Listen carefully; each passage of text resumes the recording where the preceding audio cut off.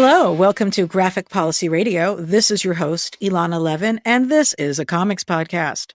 The sort of comics podcast for folks who've been known to read books about comic books or potentially listen to audiobooks of books about comic books, and who are therefore very excited to meet with my guest joining me today for the first time. My guest today, Alex Segura. Alex is here today to talk about his new prose novel, which is called Secret Identity. It is coming out as we speak, and I have gotten my hands on top secret audio files of the audiobook of it, and I'm thoroughly enjoying the audiobook version of it. So we'll be talking about that work today, as well as his really interesting career work in comics. So this is the short version of his bio. He is the SVP Sales and Marketing at Oni Press, which is a comics publisher, and the author of Star Wars Poe Dameron Free Fall and the acclaimed Pete Fernandez mystery series. He has also written a number of comic books, most notably the superhero Noir, The Black Ghost, and YA music series The Archies and the Archie Meets collection of crossovers, which of course features the all-important Archie Meets the Ramones, which I'll be bugging him about later. He is a Miami native, and he lives in New York City with his wife and children, where he presumably also listens to the Ramones. Welcome to the show. Oh, thanks for having me. This is, I'm so excited. It's been, we've been chatting about this for a while, it feels like. Yeah. We have like a lot of people and interests in common. So I like that we're making this real. Yes. And I've really enjoyed listening to the sample of the book that I've had so far. I'm going to read your back cover to my listeners in as dramatic an acting way as possible. So here we go. It's 1975, and the comic book industry is struggling, but Carmen Valdez doesn't care. She's an assistant at Triumph Comics, which doesn't have the creative zeal of Marvel nor the buttoned-up efficiency of DC, but it doesn't matter. Carmen is tantalizingly close to fulfilling her dream of writing a superhero book.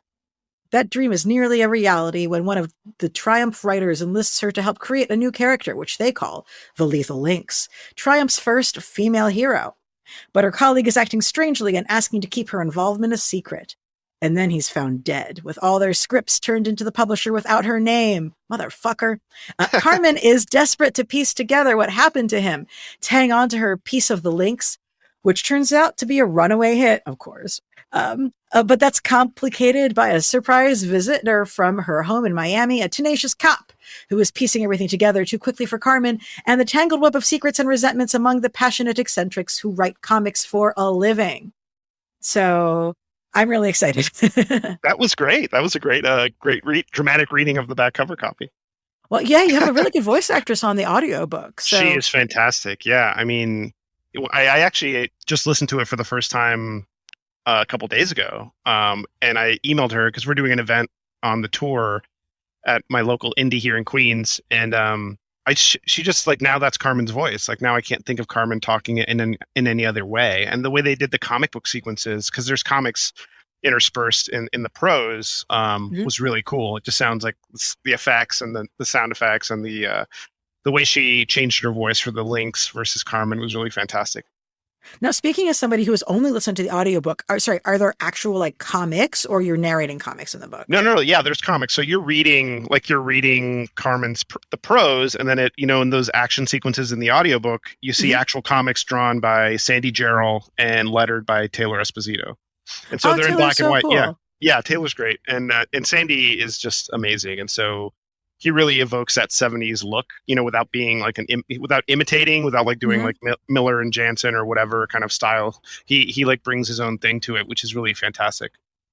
That's so cool. I can say that now I definitely have to look at the print copy, but I really did like not need it, technically speaking, which is quite an achievement. So that's a huge compliment, because I was really wondering, I just went into it. I was like, how are they going to audio this part? Because it's a comic. Like, how do you do audiobooks for comics? And I know companies do it, like Graphic Audio does like audio narration for comic books, but I guess I just didn't expect it to go so well. So I was pleasantly surprised. Well, this is such a big work then to have all those different elements in it. I obviously have been aware of your love of noir, and you certainly are extremely well qualified to write about the comics industry, having worked in it for so long.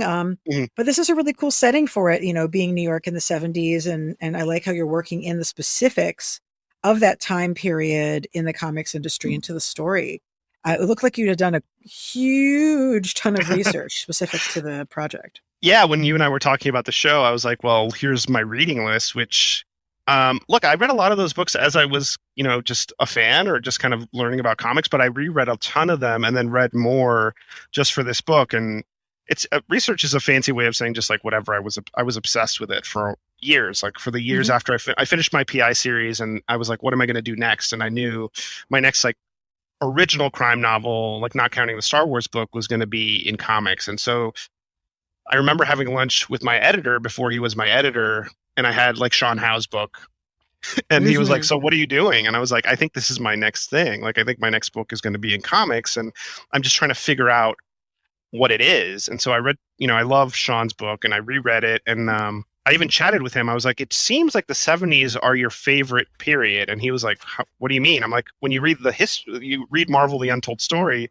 He spends so much time in that era, and it was something Hmm. about that made me wonder, like maybe that's the time to drop this book because it's such an awkward period for. I mean, comics are always, everyone's always saying comics are dying, but this was particularly a dire point for comics, like before the direct market, before you know, media exploitation, before like there were TV shows for every character or movies for every character or action figures, and it just felt like everyone felt like the Titanic was heading for the iceberg at this point, and it was so insular, and I think people felt that comics were disposable and not really like literature, which they are.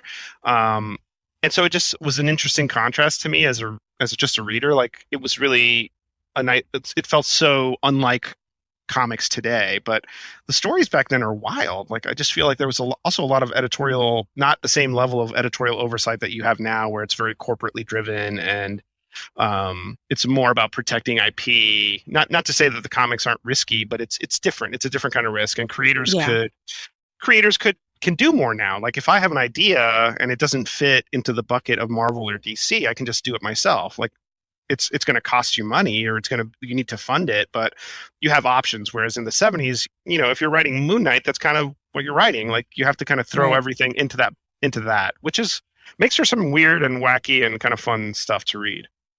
Well, I've been really enjoying sort of seeing how different authors and archetypes from the comics history world appear sort of through the funhouse mirror of the story because like yeah, like you're setting it in a smaller indie publisher. I am really not super knowledgeable about indie publishers during that time period. I know about underground comics with an X, so to speak, Yeah. but like Oh, you'll I like where the book goes in, I think. well Yeah. then but but I don't know as much about like what it was like if you're, I guess, like Warner or EC or like whatever it is in that period. Yeah, there was I spent a lot of time reading about like those. I call Triumph a third tier company because it's just they're never gonna level up to Marvel or DC stature, whether not quality, but just size and profitability. So the companies I looked at were places like Atlas Seaboard, which tried to compete with Marvel. They tried to swipe a lot of talent. They were founded by the Goodmans, who had been booted from Marvel when Yep. Stan was elevated. And so I found that really intriguing. But I wanted Triumph to be not even that high profile. So I think I looked at places like Quality and Charlton and Hmm. Warren, and it's an amalgamation. Like all these original characters. Like the first question I often get is like, oh, is Doug Detmer Alex Toth, or is this person that person? And it's never a one for one. Yeah. First off, for legal reasons, like obviously you can't do that.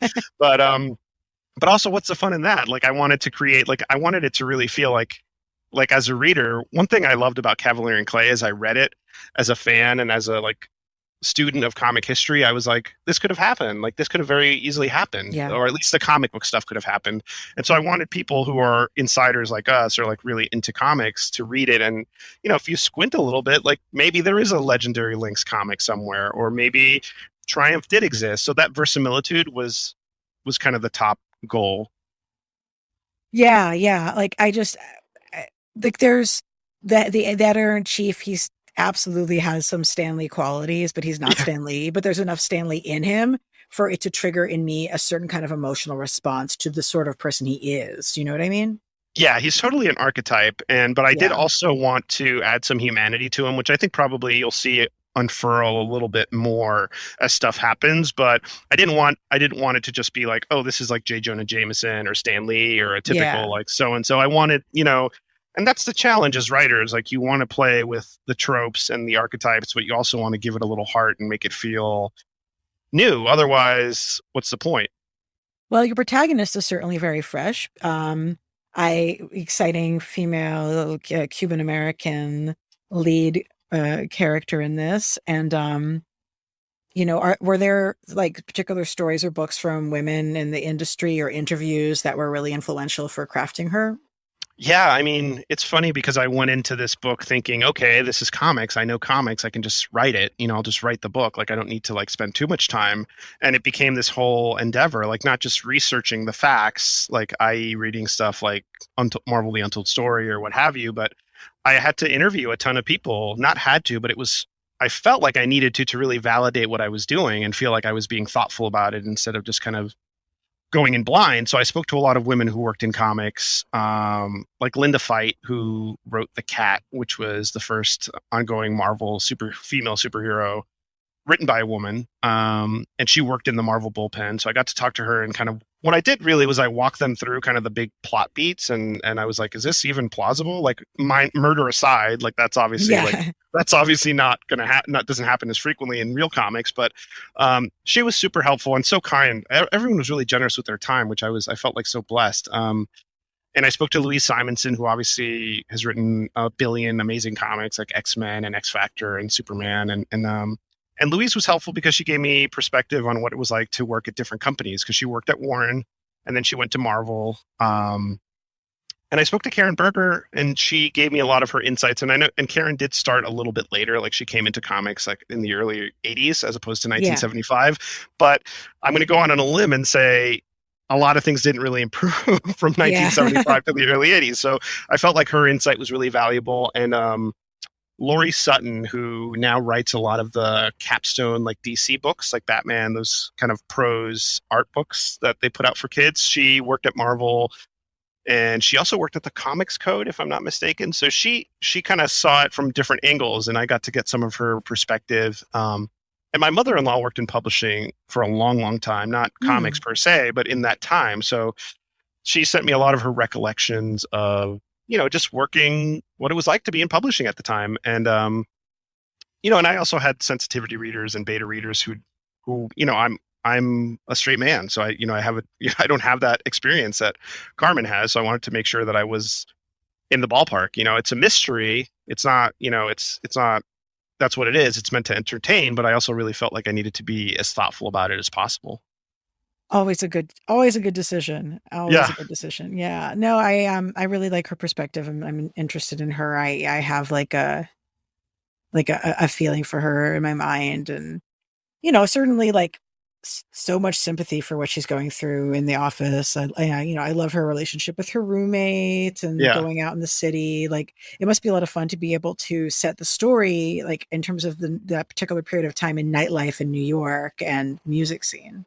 That was so fun. I mean, obviously I'm a music fan, and that era of like, the end of the late 60s into like CBGB and punk and, Lou Reed, John Cale, Patti Smith, Talking Heads, Ramones, like that whole vibe was just so fun to like just live in, even obviously pretend to live in, but just write about it and have it be there. There's a great book, speaking of research, there's a great book called Love is a Building on Fire by Will Hermes, and it talks about his life, growing up in New York through the 70s. And it's not just about like punk rock, it's about Latin music, it's about jazz, and I love jazz. And so I wanted to really like I wanted to give that perspective of New York as this melting pot, not just culturally but musically and financially.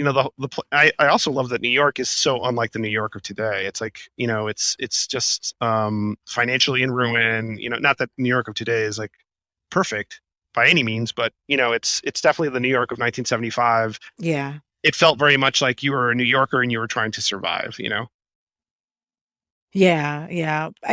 She talks about how though she's like, she's reassured that there's people in the street, and that's always a thing. That's like a very New York city dweller in general thing for us, is like, well, there's other people who are out and about, and that's why we know we're not going to get like kidnapped. Yeah. You might get your wallet taken, but you're not going to get like kidnapped and murdered. You might get mugged, but you'll be okay. Exactly. And I remember that just having, I moved to New York in 2006. And I remember that sense of like being surrounded by people, but also feeling completely isolated. You're alone Mm, because you haven't made that network yet. So that sense of like isolation and, being in a new place, that was really just my experience. And I imagine it rang true for the people that went through that in the 70s, just that idea that yeah. you're uprooting yourself from your home and your culture um, and your family to go somewhere to chase your dream, which I could relate to her. And I mean, she went about it differently and the result was different. And there was a murder in her story, but it's like, that's pretty primal stuff, I think. It is, yeah. I really appreciated also like the stretches of Spanish. Oh, Of good. course, like I understand some Spanish, and so that's a thing that I can do. But I was curious about like, yeah, like what are your thoughts about having just, stuff be in Spanish at stretches and the significance of that choice? Yeah, it's been this ongoing discussion, I think, online. But for me, it felt like, look, this is who she is. And when you italicize something and you're overemphasizing it in this weird way, as if it doesn't, as if it's an other, like it's something Mm, else. And it's really who she is. Like she's speaking in Spanish because she can speak in Spanish. It's her culture. Like her parents speak Spanish before they speak English. Like, um, and if it means that the reader has to do a little bit of work or maybe doesn't understand the whole thing, but gets the experience, like I think I did a good job of explaining what they were trying to say without having to do the immediate translation, which sometimes you have to do, like if you're writing something in Spanish that you need to like make sure that the reader understands, and without having to italicize it so that someone's going to have to like like to make it stand out in an awkward way, I guess. And that's we went back and forth in the editing process, and I was like, I feel really strongly that I don't want this to be italicized. I really want it to just be who she is, and it's who her parents are and who her family is, and I want it to kind of just feel like it's her talking as opposed to like emphasizing it too much. hmm And like people need the practice. That's also my attitude. Yeah, yeah. It's Just do a like, little legwork. It's okay. yeah, like so I don't know. Yeah, I appreciate that. It's like it uses the same alphabet as English, guys. It's not yeah, and some it's actually weird. much more logical a language than English. Like it Yeah, just yeah, literally you sound out what you're saying, and that's it. yeah. So I appreciate that bit of the cultural relevance in that too. Oh, good. Yeah. Like you're doing a prose book about comics that also has comics in it. Mm. What is the what motivates the decision to do something in a prose and a dominantly as a prose format for this particular story? Yeah, that's interesting. I mean, I wanted to blend. I guess selfishly, I wanted to blend the two things that felt like really elemental to me, like crime novels, mystery, noir, plus comics, and I remember once I tapped into the hook of what it was going to be, like that it was going to be the story about this woman coming into comics in the 70s and not, losing control of her character. And it's in many ways like a meta look at IP, if you want to really like Mm, zoom out and think about it, like she's got to try and yeah. reclaim this idea. But it reminded me of a thought I had like forever ago, like in college when I was reading Cavalier and Clay. And I remember loving it and just being like, this is fascinating. This is exactly like sometimes you get a book and you're like, this is the book that was written just for me. Like it just has Mm-hmm. everything I want. And I remember reading it. And the only thing I really wanted that didn't come in the book was the comics. I know Dark Horse did it eventually, but I wanted to read the escapist books. I wanted to see Yeah. like what the art was like. And it felt like not as a criticism. I was like, I just remember having that longing, and I filed it away and whatever. And then when this opportunity came up, and I started thinking seriously about doing a prose novel in comics, I realized like, well, this is my chance to do that and kind of fulfill this dream that I didn't know was a dream when I had the thought, but also to show the story in a different way. And I just also didn't want it to feel perfunctory, like, oh, he's just doing it to show off that he knows a comic book person, that he can add comic pages. And I didn't want it to feel like the photos in a nonfiction book where you kind of look at them if you want to, but it doesn't add to the narrative, like just some dressing. I wanted it to feel like part of the story. And so a lot of the comic book sequences, hopefully most of them, are in conversation with the prose. So you're reading the prose and then you get pulled into a comic book sequence that gives you a break or a breather from the narrative, but it's also echoing what's going on with Carmen because Carmen has created the Lynx. And you'll get to the scene right away, so I'm not spoiling anything, but my favorite moment with Carmen is when Harvey shows up awkwardly. He's hammered. He's been out, like, and he decides, like, hey, I want you to co-write this comic with me and blah blah blah, and you won't get credit, but it'll be worth it. And she's very smart, of course. She sees that this is a trap in some way, like there's red flags all over the place, but it's her dream and she's not getting opportunity elsewhere. But anyway, so once they start brainstorming, like, he's just spitballing blindly because he's just coming into this with no expectation and no ideas. And she busts out these notebooks and she's like, I've been working towards this moment since I was a kid. Like, this is the dream. Like, I'm not going to miss this opportunity.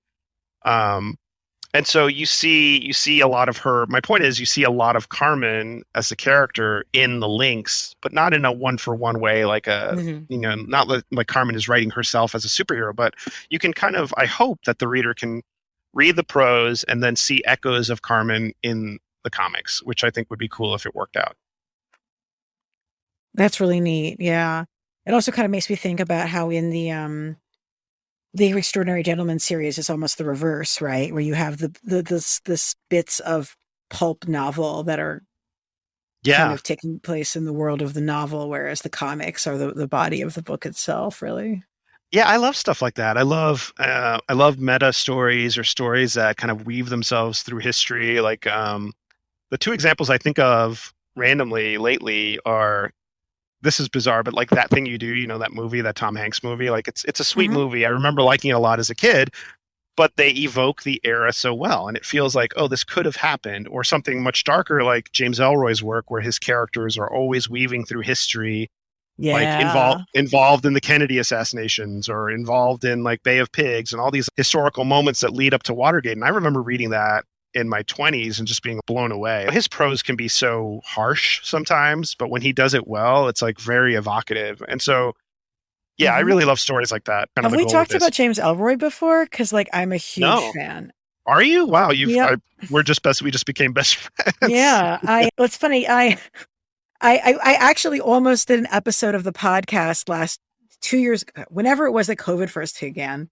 Thousands of years in the past, with frequent guest on the show, Brandon Wilson, because we just both are huge fans of it and we're kind of like mainlining stuff and talking about it. And oh man, then I was like, it's so off the mark for what this podcast is doing that I was like, I can't really quite explain it. But we should do it. I've just invited myself to the conversation. We're gonna do it. We're gonna have it here, Graphic Policy Radio, James Ellroy Roundtable, for just because. So for folks who don't know who he is I mean, I think it qualifies as neo-noir, even though he's been doing around for decades and decades at this point. Writer who's, I think of a lot of his work as being rooted in historical fiction about predominantly LA, but not exclusively LA, and the way things worked in the space between like 1950, predominantly between 1950 and like 1975 is where most of the stuff sort of takes place. And I really love it. LA Confidential was based on one of his books. Yeah. The book is better than the movie. Oh, for sure. And that whole LA quartet of books, because LA Confidential is part of a series, and it's not even the first book in the series. The Black Dahlia, then The Big Nowhere, and then LA Confidential, and then I think there's one more, White Jazz. Yeah, White Jazz is a messed up book, but I love it because it's just so bonkers. It's such a crazy book, but it's also it's not just chaotic. Like, he knows what he's doing, and his characters are so complicated and so messed up and so tormented that it's just fascinating, like the way he writes. And he's a character too. Oh yeah. I mean, I think one of the things that it definitely shares with your work as well is that it's not just noir, it's historical fiction. And he has more like actual elected officials and stuff like that, but you are both still doing noir about a specific period in history that you've actually researched. For me, reading the American Underground books, it was such a trip when like Jack Kennedy shows up, and even lesser known characters like Hoover is like a key player in those books. And it's fascinating because I love history and I love noir. And so it just felt like, wow, I guess we're just excavating how much of an influence James Ellroy was on this book, because I love how he does that, and he does it so smartly and so so well. He doesn't like hammer it too hard, and that's something I really strove for with this book. There's cameos and there's little nods to comic book history, but it's not like Jack Kirby shows up and says, "Hey, Carmen, don't give up." It never Right. gets like that. It never gets that cheesy. No, it'll more be like a comparison, like you compare somebody's work to sort of what Jim Starlin is doing, for example. Yeah, there's a comic book convention scene later at the Commodore Hotel, and she name checks people she sees, which were people I double checked and made sure were there, which was fun. And those were like the early days of the comic convention and stuff, Yeah, I think it's, this is before like comic shops became a big thing, but Phil Seuling was starting to have his comic shows. And, it was really just a bunch of tables in a hotel ballroom, like people selling comics they had, and a few creators would have panels. And I guess the closest thing I could approximate it to now is the old Big Apple cons that were still going on. Like New York Comic Con came in and like took over, but Big Apple Con kept going. And I don't know if they're still. It still happens on Long Island sometimes, for example. Like they would have it there. Those are the kind of shows I loved because Same. you could just wander around, you can chat with like whoever, and it's not about like, oh, did I miss this panel or, this trailer, but it's just, you're just kind of like BSing with, an artist you admire or a writer you admire. And it's like walking Artist Alley. But yeah, that's probably the closest modern example of what that show was like.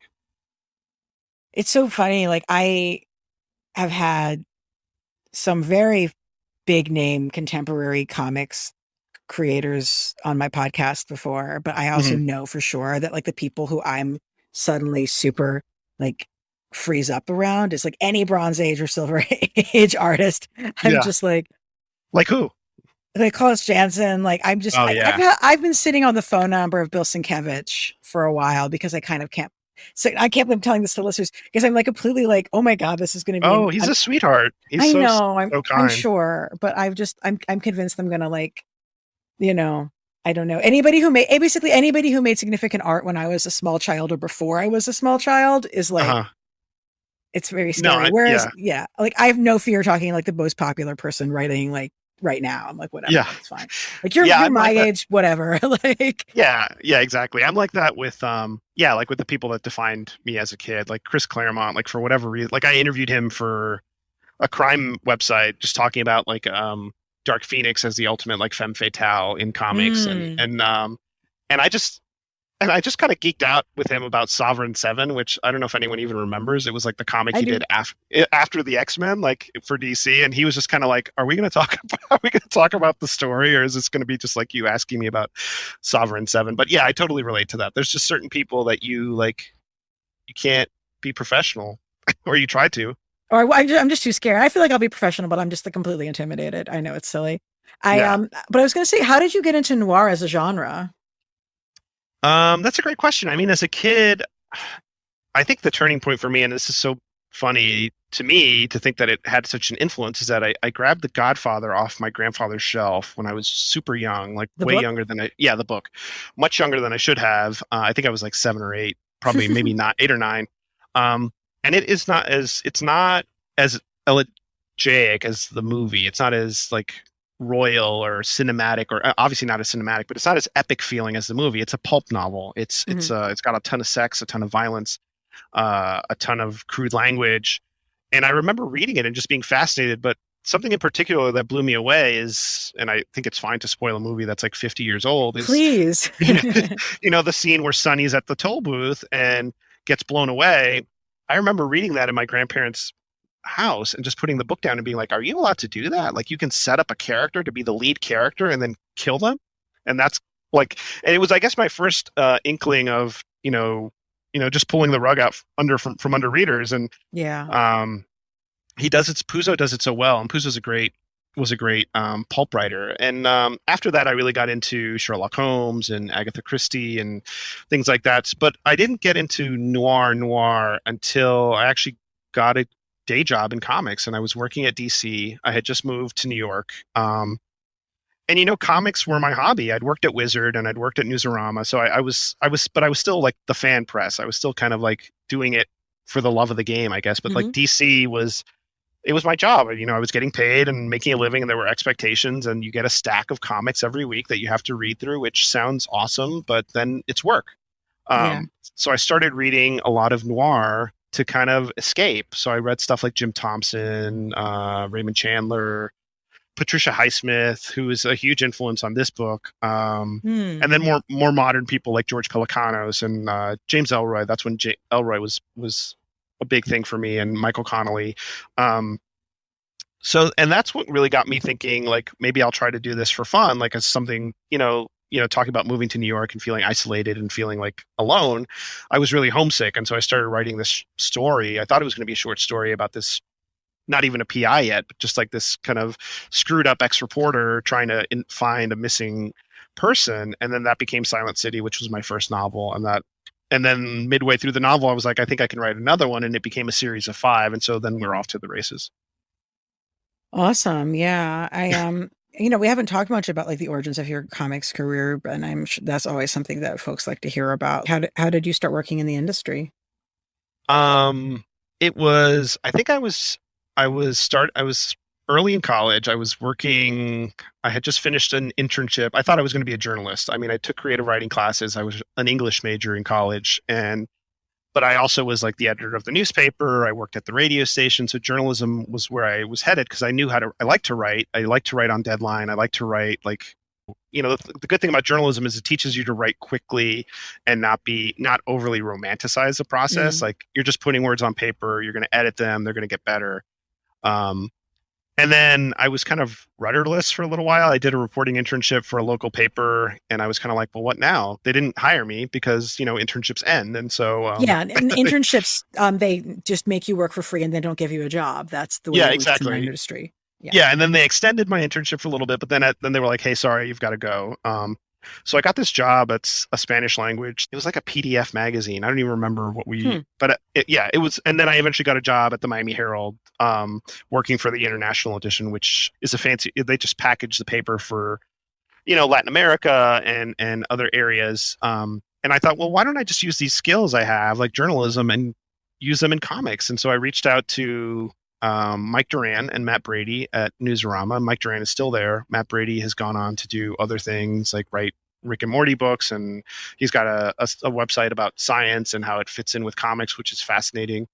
And I just said, hey, I'm a journalist, I'm a reporter, I'd love to write about comics, and they just kind of threw me in the fire, and I did. I remember the first people I interviewed were Ed Brubaker about Point Blank, which was the book before Sleeper, like led into Sleeper. And Jimmy Palmiotti and Justin Gray about a book called The Resistance. I think it was like a random Wildstorm book. And Peter David about Young Justice. Oh, man. Yeah, it was so wild. Yeah, and that really dates me. But it was really a crash course in comics. And so I was interviewing a lot of creators over email and sometimes on the phone. And then I was an avid Wizard reader even before I became, like, as a kid, I was a Wizard reader because if I didn't have enough cash to like buy all the comics I wanted, I knew if I had $5 I could buy Wizard and kind of get a sense of what's going on. Like, and so I'd read Wizard, and and then at this point I'm writing at Newsarama, and I see that Wizard's looking for an associate editor. So I threw my hat in the ring and I flew up to New York, like having never really done that, like never really left Miami. Like I went on, I've been on vacations, but never like uprooted myself that way. And, I thought, oh, here I am going to the big city, but, Congers, New York is not the big city. It's like very suburban.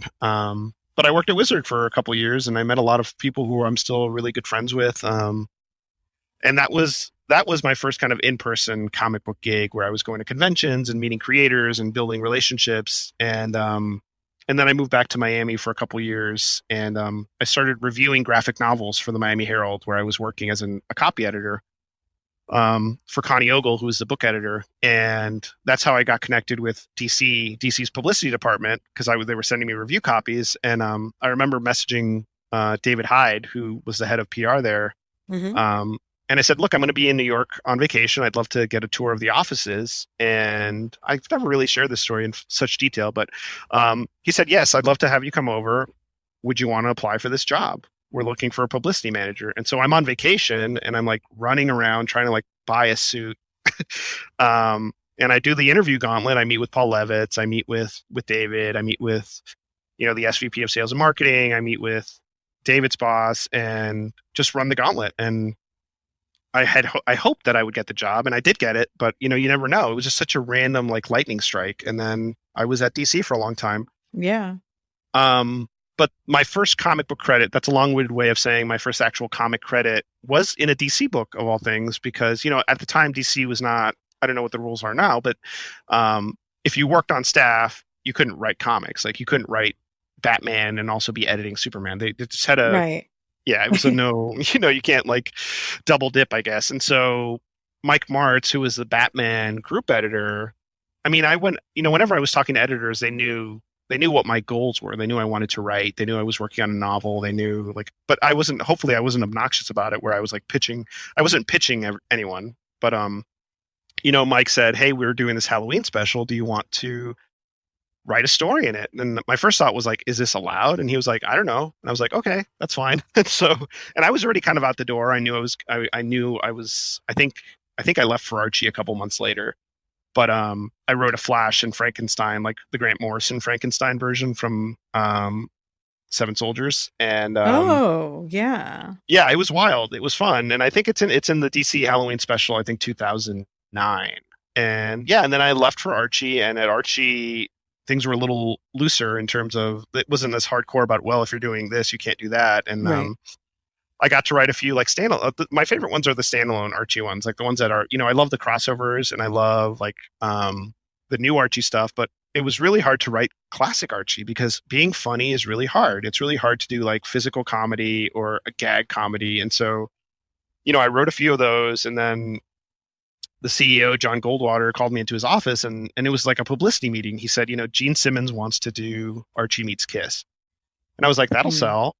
Yeah. And I said, do you want me to, can I write it? And I don't even know why I did that, because it's in retrospect probably not super, professional, I guess, like just throw myself in there as the writer. But he supported that, and it turned out to be this bizarre, fun story. Like, and I had It to do became a a deep. movie, right? Or no, that was Scooby-Doo meets Kiss that became a Yeah, movie. yeah. No, I wish But Archie Meets Kids would become a movie. That would be wild. But make that happen I got to next. meet. Okay. Yeah, I should make that happen next. I got to meet Gene Simmons and Paul Stanley, and Wow. do signings with them, and that was wild.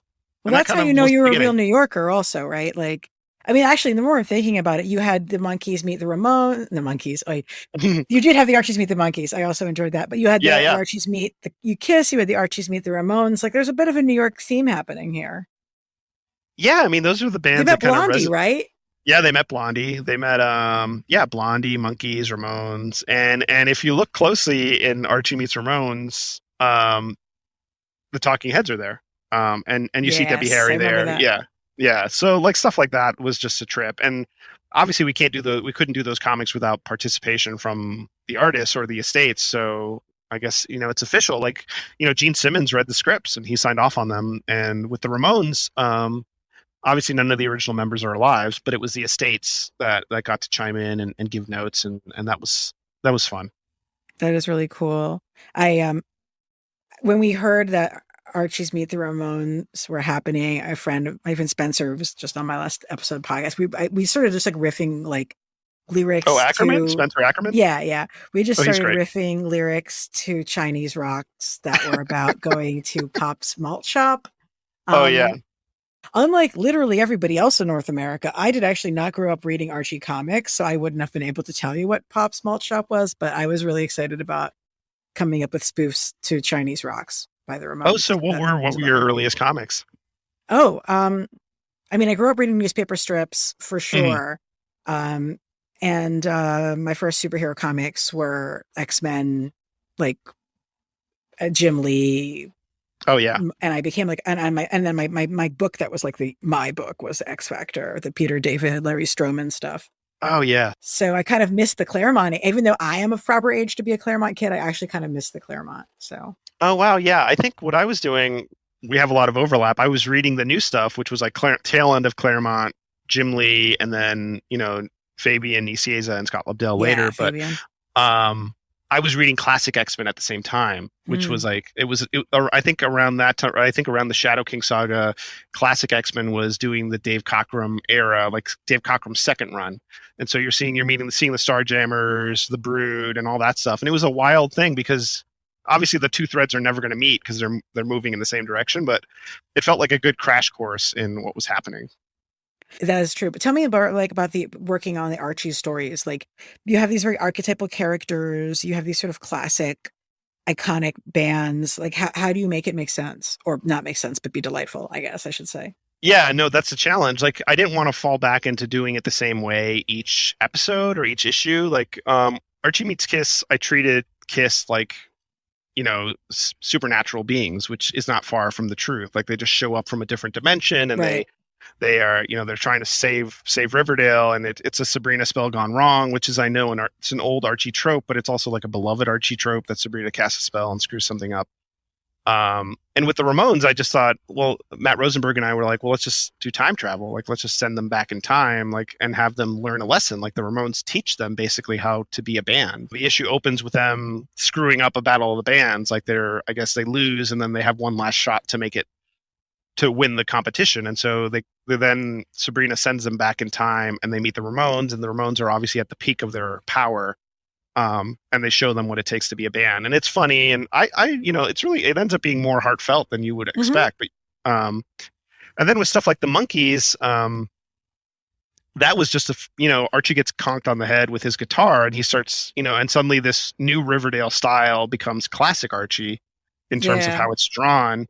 And the Monkees are there, and this trippy like 1960s story, and then he wakes up and Archie remembers it all, and a lot of the other ones, especially in the Archie series, were more linear. So, because you're following them on tour and they run into churches and then they meet Tegan and Sarah.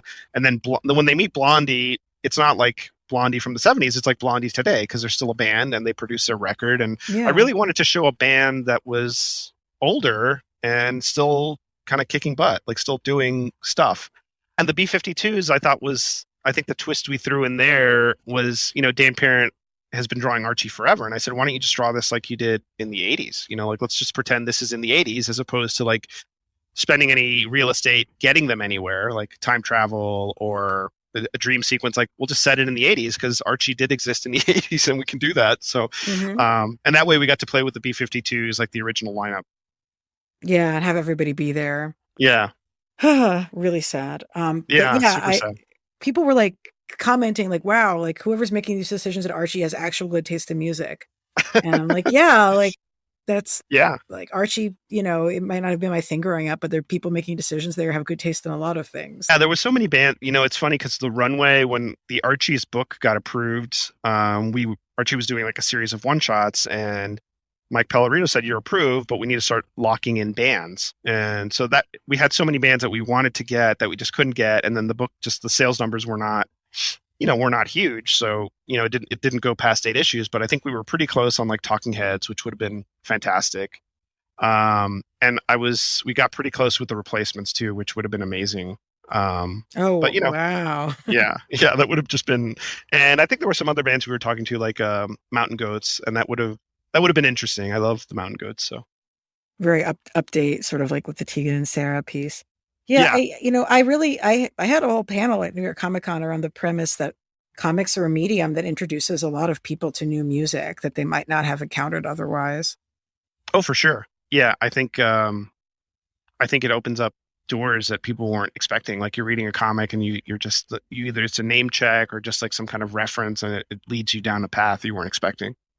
Yeah, definitely a gateway drug, as it were. Yeah, exactly. For a lot of the music here. We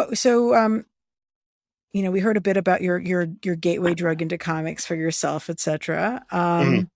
What are some of the comic books that you feel like people who are intrigued by the links and sort of the world in this comic might want to check out, or vice versa? Oh, that's a great question. I read a lot of 70s comics while I wouldn't say I was researching it. I was doing it for fun, and that was kind of part of the trip, like just enjoying this reading. But one of the books that stands out for me because it's so weird and also so great is the 70s Doug Mensch, it's 80s Mensch and Sienkiewicz run on Moon Knight, because it takes this kind of corny like crime fighter character and adds so much depth to him, and so multiple personalities and different, pretty. And I think, look, what not saves it, but what really makes it is Bill's art. Like he just like he levels up in a way. Like he started out really looking like a Neil Adams, like not clone, but he was definitely evoking Neil Adams in his early work. Like he did an early X-Men annual that you start to get an idea of where he's going. And then the doors come off with Moon Knight, and then you see it obviously progress even further with the New Mutants. But that was really great. I also read a lot of the Miller Daredevil stuff. I reread, and a lot of female, female superheroes like Spider Woman, like that launched in that period, like, and Linda Fights the Cat, and Miss Marvel. And some of it hasn't aged well, but I wanted to kind of see what the baseline was, like what was happening with these comics, with female characters, and how would it be different if like Carmen wrote it? Like, what would her influence be? Yeah. And so that's kind of where we landed with the Lynx. And there's a moment that you'll see if you get the print version where, and this doesn't spoil too much, is like eventually they run out of the scripts that Harvey turned in, and so nobody knows that Carmen wrote the character, and so they have to like keep the gravy train rolling, and they have to bring in other talent. But it's also a third-rate publisher, so they're not going to pay top dollar. So they bring in these two like hack creators, and so there's one comic sequence that is not by Carmen or by Doug Detmer, the artist, who's like this critically acclaimed artist, like this Toth-like artist. And so it's a real disconnect because it looks nothing like it did before, and that kind of was comics. Like sometimes you'd read comics and there, at least when you and I were reading, there'd suddenly be a random fill-in, and you're like, what?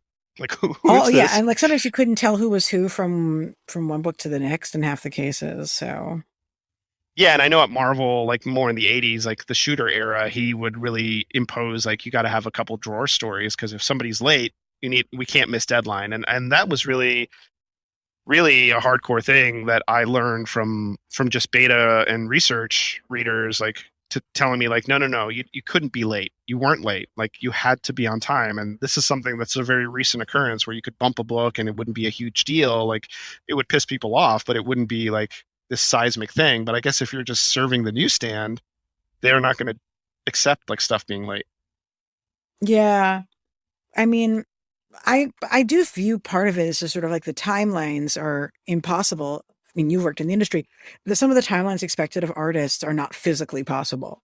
And I think sometimes the art suffers from it. Like, you'll Yeah. just be like, this is a mess. And I suspect this person could have done better otherwise.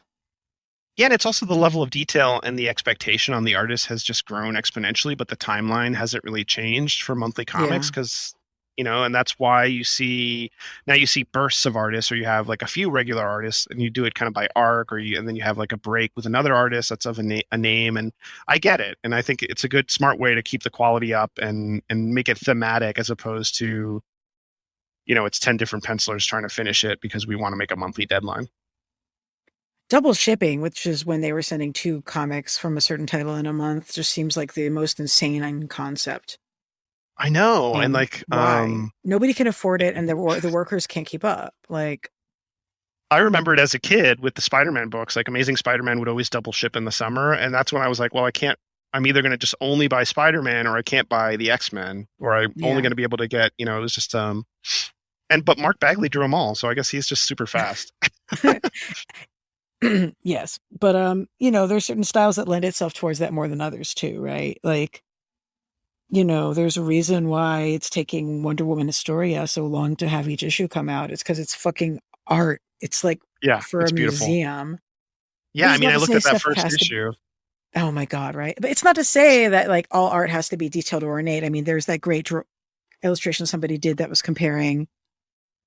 I don't remember if it was a boot drawn by ACO. I think it might have been versus a boot drawn by Sal Buscema.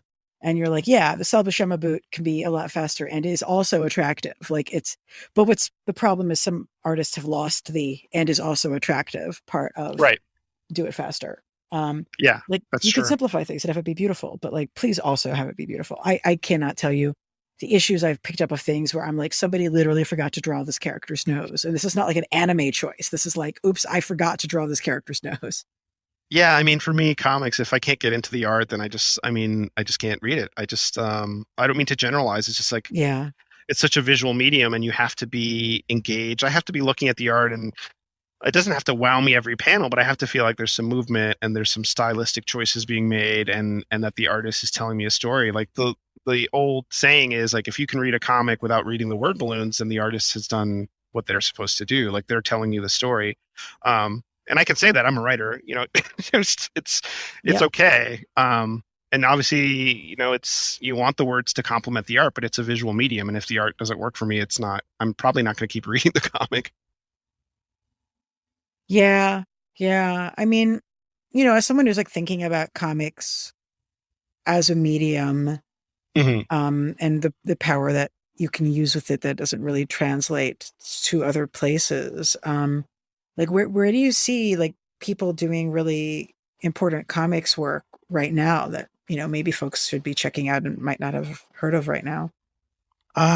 What have I been reading? I'm just looking at my shelf. I really like Nate Powell's book. He did this memoir about protesting basically in the time of Trump. It's called Save It for Later, and it came out right around the pandemic Hmm. starting.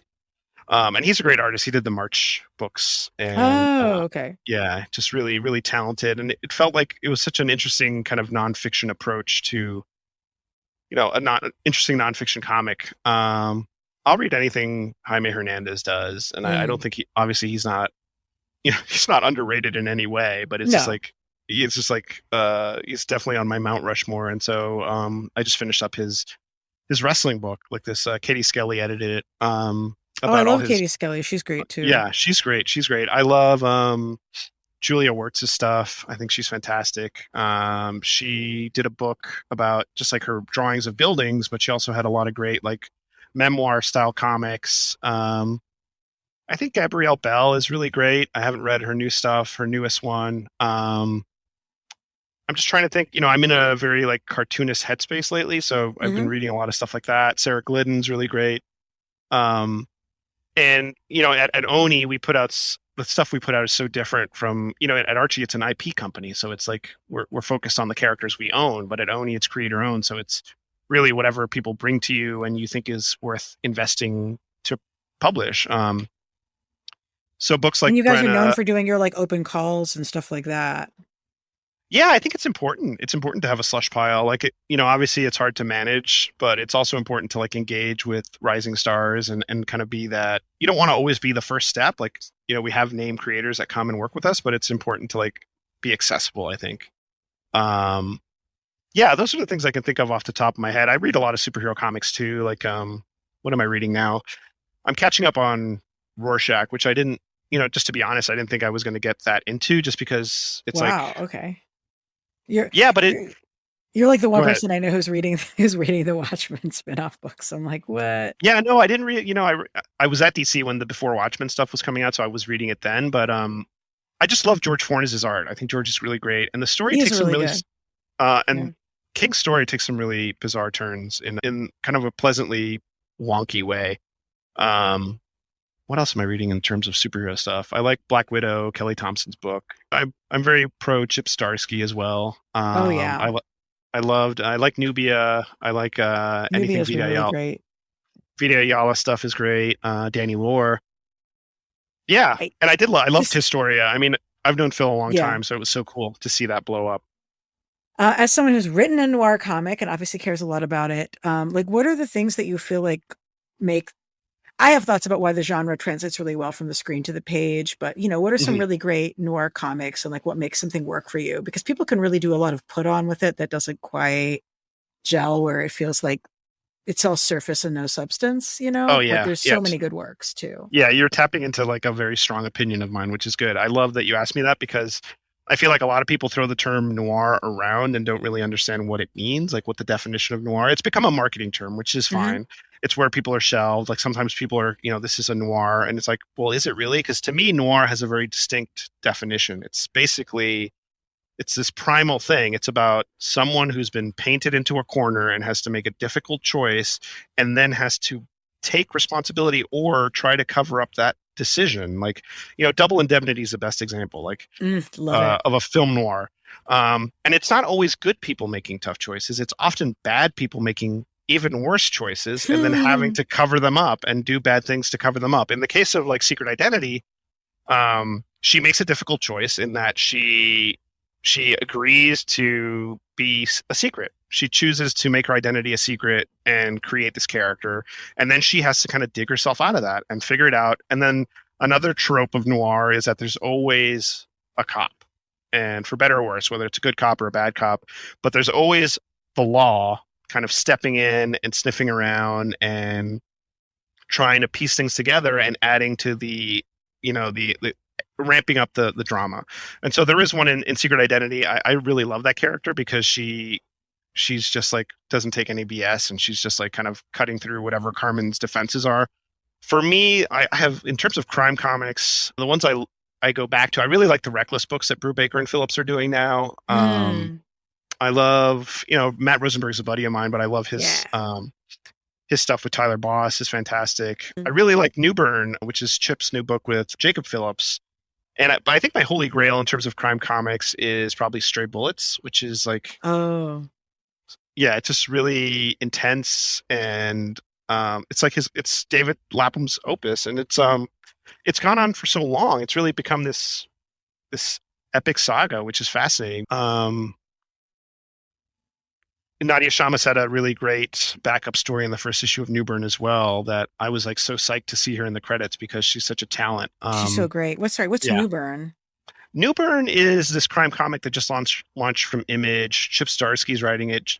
Jacob Phillips is the artist, and Jacob does That Texas Blood, which is another great crime comic. It's a rural noir that Chris Condon writes that is really fantastic. So I think we're seeing kind of a nice, like, healthy uptick in crime comics, which is great because for a long time you could only like tell those kind of stories through the prism of superheroes. And it's really its own thing. It doesn't, you don't have to be wearing a cape to be in a crime comic. Yeah, no, I also like, I think, Saladin Ahmed, and I'm forgetting who worked on the art for Abbott. this shit. Yeah, Abbott. But Abbott, like, I love having the crime comic then where the detective is is actually a journalist, so I don't have to like hang out with. I love that. Yeah, much. But I thought that one was good too. And that was a very specific decision for me when I was creating my PI character, Pete Fernandez, who is Cuban American. But I think so many private eyes are like ex-cops or like, hard drinking, security guards or ex-cops, like trying to, reclaim some lost glory. And I made him a journalist because, journalists are inquisitive and they're okay with bending the rules to get the information they need, but they aren't necessarily like balls of testosterone, like doesn't have to be like the alpha male scenario. Yeah, it's less interesting in some ways. Not that I love those older works, but they've been done already. Do you know what I mean? Yeah, if you're going to add to the mythos, which I felt like I was doing, like I'm going to add my piece to this like orchestra of PI stories. Like I want it to be a little different, and I want to flip the tropes a little bit. Like, he's an alcoholic. Pete is an alcoholic, but there's consequences. Like he doesn't have 10 gimlets and then hop in the car and save the day. That to me felt really corny, and it works when Raymond Chandler writes it because he's writing it, and it's Raymond Chandler, and he's like great. But it doesn't work in lesser works, I guess. And so I wanted him to really struggle with his alcoholism and like kind of fight that battle in as realistic a way as possible. That's really cool. Yeah. Well, thank you so much for joining me for the show. Tell my listeners, where's the best way to keep up with your awesome work? Yeah, you can find me at my website, alexsegura.com, or on Twitter, Alex_Segura. And I'm also on Instagram at Alex Segura Jr. So this was great. Thanks so much for having me. Thank you. And to our listeners, we will be having a new episode of Deep Space Dive, our Deep Space Nine podcast, coming your way very soon. Speaking of like classic noir comics, I will be joined by the biggest Moon Knight fan, Moon Knight comics expert I know, and we'll be talking about the comics behind the show and possibly the show, depending how we're feeling about Disney in that moment, in the near future too. So those are some episodes you have to look forward to. As for myself, I am on Twitter a little bit too much at ELANA_Brooklyn. That's Ilana_Brooklyn. And as we like to say, keep it geeky.